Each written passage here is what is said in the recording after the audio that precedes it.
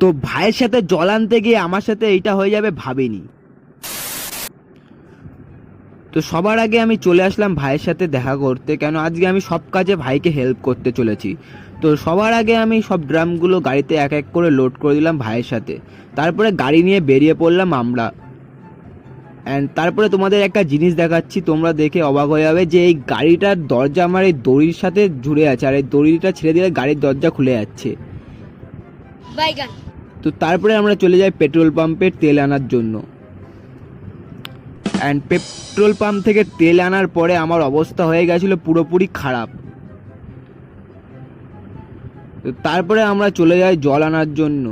And আস্তে আস্তে করে আমি আর আমার ভাই সব ড্রামগুলো ধুতে লাগি। অ্যান্ড বলতে গেলে এই গরমের মধ্যে এই কাজগুলো করতে খুবই কষ্টকর ব্যাপার। তো তারপরে আমার অবস্থা হয়ে গেছিলো খারাপ গরমে, তার জন্য আমার ভাই করে দিল আমাকে ঠান্ডা জল দিয়ে। তারপরে আমরা সব ড্রামগুলো লোড করে দিলাম গাড়িতে। তারপরে গাড়িতে সব ড্রামগুলো লোড করে দেওয়ার পরে জল ভরে দিলাম। তারপরে আমরা চলে গেলাম কোল্ড ড্রিঙ্কস আনতে ভাইয়ের সাথে। তারপরে সব কোল্ড ড্রিঙ্কসগুলো লোড করার পরে আমরা চলে যাই দোকানের দিকে, আর দোকানে যে আমরা সব মাল লাগাতে লাগি আস্তে আস্তে করে। তো এইটা ছিল আমার ভাইয়ের সারাদিনের রুটিন কাজের। তো দেখতেই পাচ্ছ তোমরা। তো নেক্সট ব্লগে দেখা হচ্ছে।